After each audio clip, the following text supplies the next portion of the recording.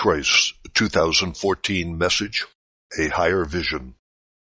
I have said you need a higher vision in order to bring about radical changes in your world. But I have not told you how to achieve a higher vision and how to bring it into being. Without this more detailed knowledge, you will find this commandment difficult to fulfill.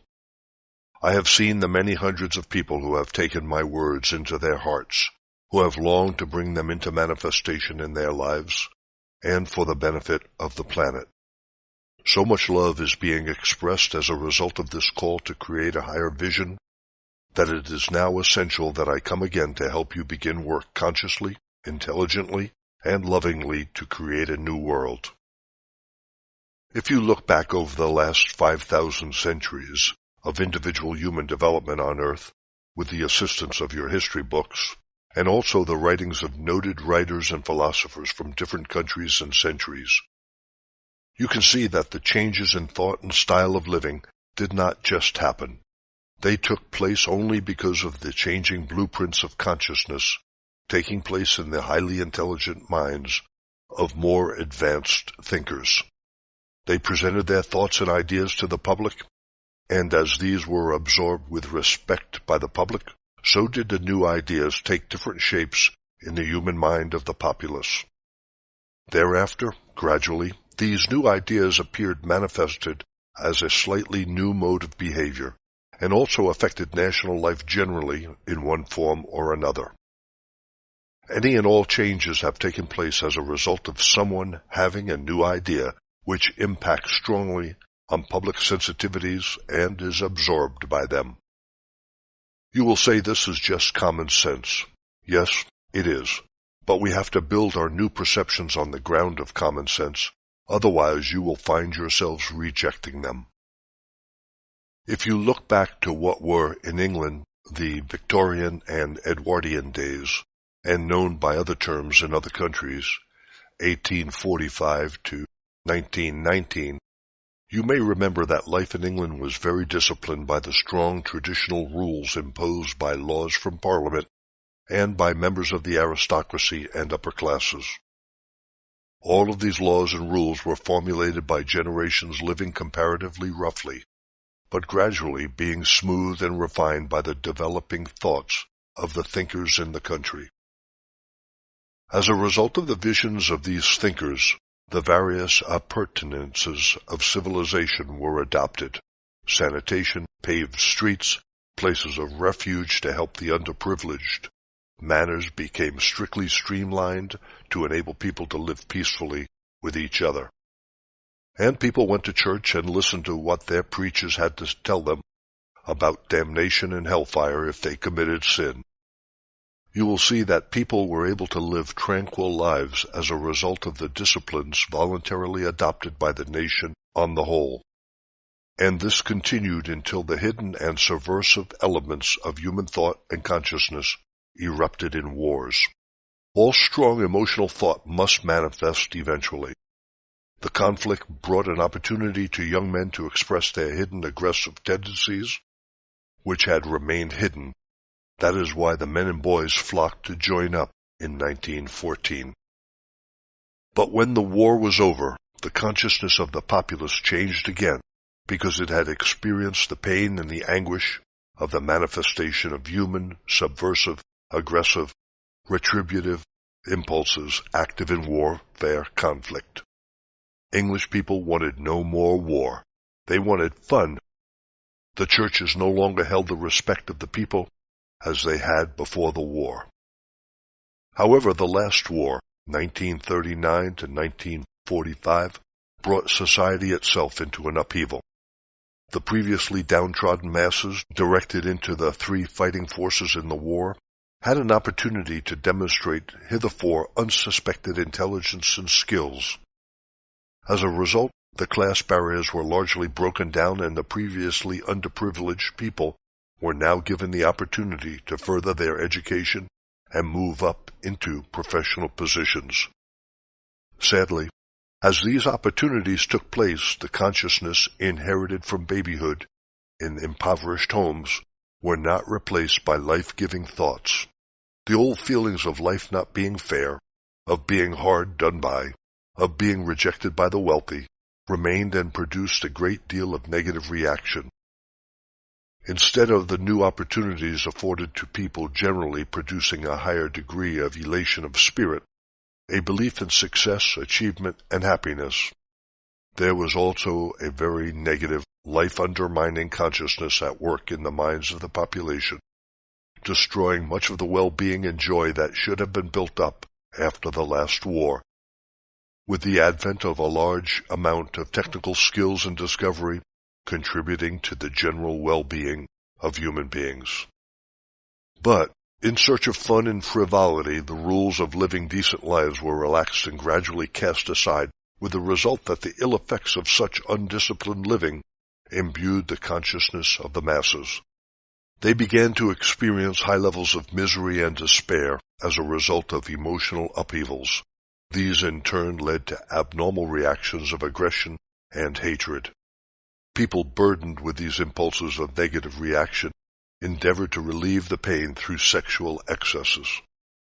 These increased as they were talked about and advertised in media, film, TV, radio. The more they were talked about, the more they took hold of people's minds and flourished, leading to ever-worsening crimes against each other. This is where you are now. In addition to what was going on in people's minds and externalizing in planetary behavior and experiences, you have the usually negative effect of such aberrant thought and behavior on the matter of the planet itself.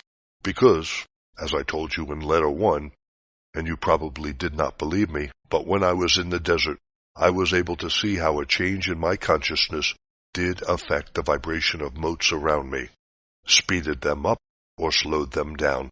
And thus the appearance would change so very slightly that an ordinary onlooker would never have noticed the changes. But I was just one man bringing my mind to bear on my environment. What of whole cities, countries, reading newspapers, absorbing all the latest scandals and crime, carrying that around during the day? What of that kind of destructive consciousness? How would that manifest in your world? Would it not go to the areas on your planet which have faults, areas where the composition of rock and earth is fractured, made friable, less packed, and stable? What about the weather? There are those amongst you who are well aware that consciousness does affect the nature of the weather. Everything in your life is consciousness. You cannot think to yourselves that this is consciousness and that is solid matter. Every single thing is actually consciousness made visible, and human minds are creating it minute by minute. Can you begin to see why I have called on those people willing to hear, and there have been so many, many glorious human beings who have responded to my call to begin to create a higher vision in order to bring about changes and rescue your planet? So how do you set about it? In the first place, each one of you must go to divine consciousness in meditation. What do I mean by meditation? I mean an emptying of yourselves of your will to be in charge of your life. I mean a reaching out in your minds to the vastness of space, seeking contact with that which brought you into being. Close your eyes and keep them lifted to the top of your forehead. Surrender your will. Ask to be filled by divine consciousness in order to be inspired with new ideas of what the world ought to be. If ideas come to you during your contact with divine consciousness, the moment you come out of your meditation, write down these ideas in your spiritual journey, which everyone should keep. Begin to think about the reality of living in unconditional love with everyone. What does that really mean? What will your lives be like? What kinds of feelings are arising within you? Create such a place in your mind for as long as you feel happy within it. Give little parties of unconditional love only. What do you learn from them? Talk about your discoveries regarding your present form of consciousness. You are having to live in 2 dimensions at this moment. You are in the world with all its mayhem and unpleasant consciousness, and also its wonderful drive towards seeking spirituality in mind, emotion, and bodies. You must choose or imagine as consistently as possible that you are within the protection and well-being of divine consciousness. This means that when you are brought into contact with the unpleasant consciousness forces in life, you must continually pray to divine consciousness to help you ignore the hurt, the disgust, the rejection of offenders which your humanity, your ego, would have dragged you into, and instead rise into an awareness of divine consciousness as being the only reality in your lives. And therefore, you will enter and remain poised in forgiveness, with a concerned caring for the erring person's well-being and happiness. At the very beginning of your striving to live with this non-reactive and proactive way, which requires you to consciously reject the state of ego reaction and enter the second state of proactivity, you will find it very painful and annoying to have to let go, overcome, the old sense of having been badly treated. But as you persist joyfully, you will find one day that you are able to move immediately into a state of proactive joy, forgiveness, understanding, and caring concern for whoever has, just that moment, upset your equilibrium. When you achieve this level of loving response to outer dark influences, you have established a framework of divine consciousness on earth. Pause here and try to fully understand that you have created an area of wholeness on the earth, and this does not dissolve. Each time you can retain love in your heart in the face of opposition, you have built a little oasis of divine love in your environment. You will perceive that as more and more people on earth strive to respond to darkness in this way, the darkness itself will be affected.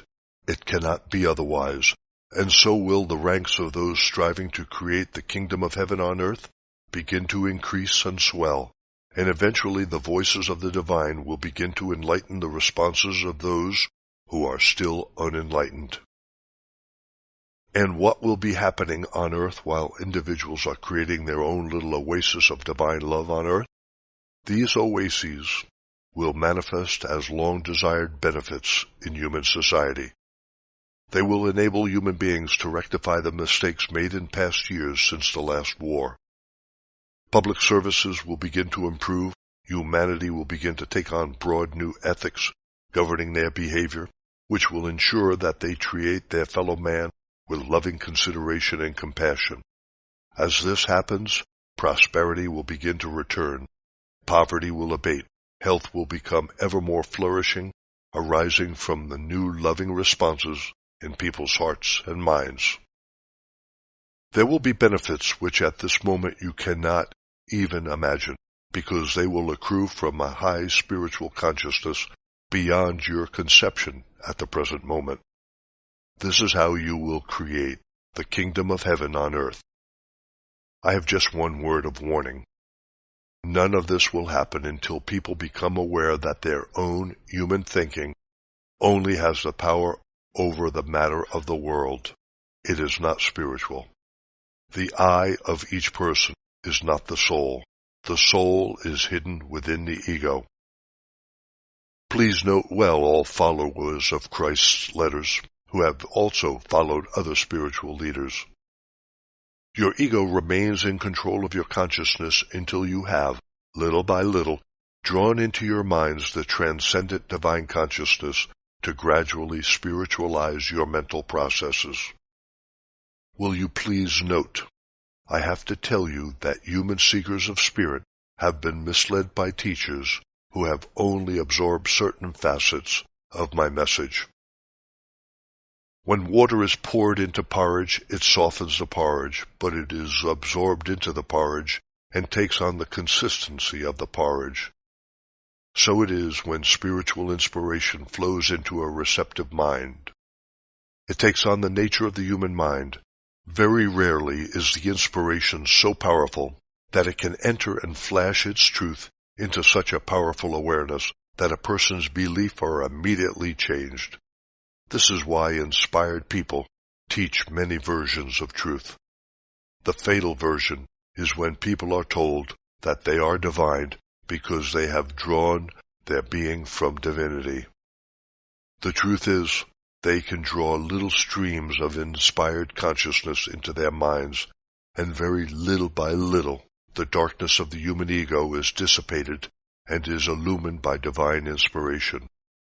Eventually, the consciousness is fully illumined, and the ego is overcome.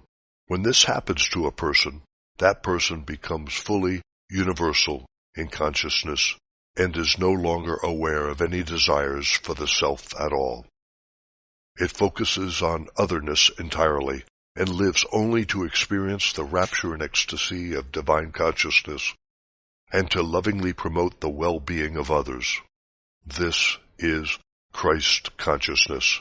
This is why I descended to write this letter for you.